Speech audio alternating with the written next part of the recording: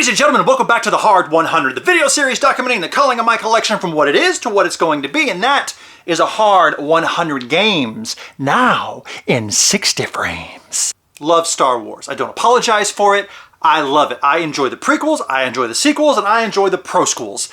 And here's the thing that I find a lot of people have issue with when it comes to Star Wars. Star Wars, it's not a story. Well, it's a story, but it's not a story. It's a feeling. And when I experience any kind of Star Wars, I want a feeling. I want to be reminded of the reason why I love Star Wars. And I can find the good in most anything, and I've enjoyed the prequels. So many things in my life are influenced by the wars. I have Legos and toys and movies, and one of the things that I really enjoy doing are the games. Now, the video games I played a lot of. There's a new video game coming out very soon that I'm very, very excited about. And recently, I got my hand on a game from a company that's made a lot of Star Wars games, and not a single one of them that I've liked. Something about the way that they made these games just kind of felt like they were missing the point of Star Wars. Well, I guess not. They released a shitload of expansions for them, so the point of Star Wars is to make a shitload of money. But other than that, the point of Star Wars is to make you feel and remind you about why you love Star Wars. Let me tell you how they finally got it right, ladies and gentlemen. Get them cargo holds ready and start smuggling them grapes, because we are getting dirty with some Outer Rim. Outer Rim, Fantasy Flight, Star Wars, Corey Konecka, Tony Fanchi, is a game in which you or a handful of players are basically playing a light version of Eldritch Horror with a Star Wars theme, but also there's some pick up and deliver. So what you're doing is on your turn, you're actually going to reference the very easy reference card, as Fantasy Flight does. There's going to be 3 phases. Phase 1, planning. This is really simple. You're either going to heal, get some money, or move your ship. Easy. Super fast, super quick. Then you're going to basically buy something. You're going to take any action that you may have on any of the cards in front of you, and then you're going to buy a card from the middle. These cards do various things. They give your ship upgrades, they give your dudes upgrades. You can get jobs and bounties and illicit, illegal cargo. And that's the thing that you're trying to do. It's the pickup part of the deliver. And then you're going to do the encounter phase. Now this is the bread and butter. This is where the Eldritch Horror comes in. Depending on what planet you are on, or depending on where you are, you can do a couple of things. You can do an encounter at the planet, you can encounter one of the contacts that are there, or you can fight one of the various patrol ships that are trying to slow your ass down, because you're also trying to make sure you have influence with certain gangs and affiliations and things like that. And it's all very cool and very, very nice. Now, the coolest part of this, really, is the way it Star Wars is. So after you have selected your starter ship, you don't get to start with no Millennium Falcon, no Slave One, no Houndstooth. No, sir! You start with crap. So once you've got your crap ship, you decide to pick your character. And this, ladies and gentlemen, as they say, is where the fun begins. So once you have... Who's scruffy looking? And... works every time. And... Sam Jackson killed my clone daddy. You finally pick one of them, and then you are off to the races. Now, the game itself is very, very simple. And we will talk about how very, very simple it is in a moment. However, I do want to start doing something new. People will tell you how to play the game, and you'll know how to play the game. The rulebook, very easy. It's that standard Fantasy Flight. Here's how to play. Here's actually break down the rules so when you got to reference something. Very easy to understand. Read it once, off to the races. A couple of little questions here and there, but it's mainly just me trying to remember things, and it's very slick. So they tell you how to play, but I wanted to show you what it feels like to play the game. Not what it looks like, but what goes through your head in one of the first turns and a later turn, and what you feel like when it's not your turn. Alright, so first turn, first turn, first turn. Oh my god, what do I do? Alright, so I'm Boba Fett. Look at my action, personal goal. I gotta get some bounties. Alright, I can get some bounties. Do I need to move anywhere? I guess I can deliver this cargo. Alright, so I guess I'll move. Alright, I can move pretty far. Alright, so okay, so I move. I can't deliver my cargo, I'm not there yet. Do I want to buy anything? Wow, that's a lot of stuff to buy. Okay, I guess I'll buy... I want to get a bounty. Let's get a bounty. Okay. Alright, I don't know who that is. I don't know who that is. Alright, so how do I find them? Well, I'm on a planet right now. Maybe I can check to see... I guess, I don't know. Let's just do one of these... I guess let's do an encounter? Alright, let's do an encounter. Alright, so... that's cool. All right, so I guess I just roll my dice. And, oh, I failed. So, is it my turn? Okay. So here's what I'm going to do.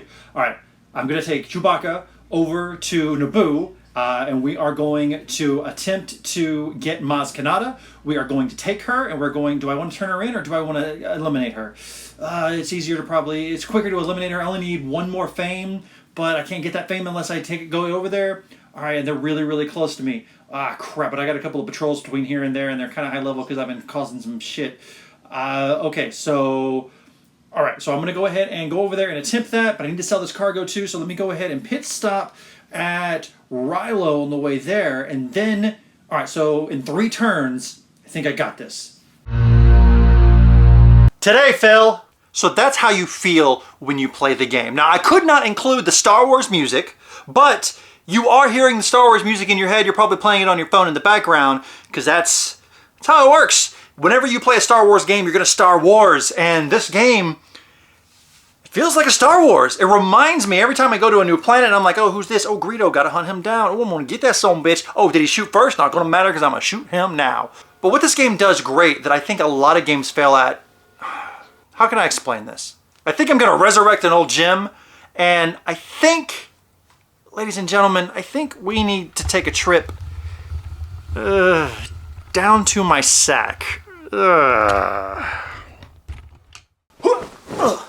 right, so welcome to the sack. Now, games have a problem. They seem to think that rules are more important than options. So Star Wars Outer Rim gives you not really a lot of rules. There's very few rules in the game. There's only a certain amount of things that you can really do on your turn, but what this game does great is they give you options. You've heard the term sandbox game that allows you to do pretty much anything you want, where I could merchant, I could maraud, I really could do whatever I want, and this game is great when it comes to that. Too many rules, and you're constantly referencing the rule book, and you don't really have a chance to experience the game. Too few rules, and you're questioning every decision that you make because you don't 100% know if you can make that decision. Too few options, and the game gets boring. Too many options, and the game gets overwhelming, and you get analysis paralysis, and that's how you make friends with Phil. But when you find that balance, that Venn diagram where the perfect amount of rules and the perfect amount of options come together, it gives you what we like to call variety. Now, variety, as they say, is the spice of life. And here, that variety is going to keep you coming back to this game time and time again, whether you are playing solo or with a group of people. We haven't even gotten to that yet. We need to do some housekeeping. So we have 1, 2, 4 players. Now I have played this solo, and the AI deck does a really good job of, oh, do this. If you can't do this, do that. If you can't do this, do this. If you can't do this, do this. If you can't do this, do this. And it's fine. But the way to really experience this game is to play it with people. Now I have played it with 1 other person, and I don't think I'd ever want to play it with 4 players, even though the turns go by very quickly. I'm tired of yelling at Phil when it's not my turn. Even when it's not his turn, I'm yelling at Phil. Today, Phil. But when there's 3 people, I think that might be the sweet spot. 2 people is still fun, but I feel like 3 people might be the way to go. What the multiplayer experience gives you that the single player experience doesn't is bartering. Now, whenever you can't afford something, you can trade, you can sell some of the stuff off your ship for things, but whenever you are with another player, you can trade things on their space. You can kind of Chinatown it and trade anything for anything. And if you're on the same space, that's the only way you can change items. I don't think you can trade ships, but fuck it, it's my game, I can do what I want. But if I'm across the magical galaxy, if I'm over here on Naboo, and you're all here on Tatooine, and we're across the galaxy from each other, I can still give you money. I can trade you money for future favors. I'll give you money now, you give me money later. It's a very open market when it comes to the things that you can do with the other players. And probably the best thing about playing this game with another human being is when you have a bounty with that person. Let's say I'm hunting Greedo's green ass. And let's say Greedo is a crew member on your ship. So you know I'm coming for him, and you're like, fuck it, come on, let's try. And so I go there, and I'm like, oi, Han Solo, why don't you go ahead and give me that Greedo before you shoot him? And he has one of two options. Option one, he'd be like, nah, blood, go kill him. I don't care. In which case, we fight Greedo. Or he could be like, no, he's my crew member. He's my dog. He's my boy.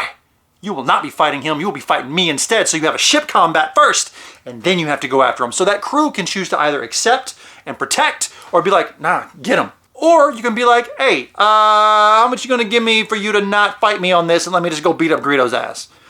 I don't know, I'll do it for 3,000 credits on the bounty. These kind of decisions are really what make Star Wars. And it makes you really feel that a Star Wars game, maybe the best Star Wars game, can exist without any kind of Jedi, any kind of Sith, or any lightsabers. Or droidicas! There need to be more droidicas. 2 to 3 hours. That is a long time. The solo game is going to take about an hour, hour and a half, because you're doing a lot of bookkeeping. Now, the multiplayer game, the 3-hour end is when you're playing with 4 people and funk that noise. But it flies by. Because the turns are so quick and you're planning ahead and you're rolling dice to try to do skill checks, it's so fast. And because it's Star Wars, you just lose yourself in it. And it does a really good job of doing that. The time just flies by. And 14 and up, because of course. Now, one of the things I have not talked about on here is the way that you interact with the contacts. When you interact with contacts or other various cards, you might have to draw a card from the data bank. Now, this I have heard could have been done on an app, but I'm okay with the cards. It is what it is. This is where you might be able to do things like the Kessel Run in less than, parsecs, 12. And this is where a lot of the kind of choose your own adventure kind of flavor, like, oh, if you pass 1, do 2. If you pass 2, do 3. If you pass 3, do 4, etc., etc. So it's kind of like the encounter cards, but for the people and the other things. It's really good. It's a very simple affair where you are trying to pick up and deliver goods or complete jobs by rolling dice and trying to get certain results on them, trying to avoid pissing off other factions like the Syndicate or the Hutts or the Imperials or the Rebels. And if you do have to fight them, you fight them. And if you fight too many of them, they come out and then you're not going to be able to kill them.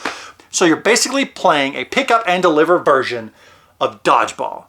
But the most epic version, because you're trying to avoid each other, you're trying to duck and weave, bob and weave, get things delivered, complete your jobs, hunt your bounties, trying to get as much fame as you can! And once that fame is over, admit that it's at its end. So that's that. So at the end of the day, it's the best Star Wars game I've ever played, and I played the LCGs, I played the Destiny Dice, I played some Imperial Assault, I played some Empire vs. Rebellion, which is just a really lazy reskin of CIA vs. KGB, and I played Outer Rim.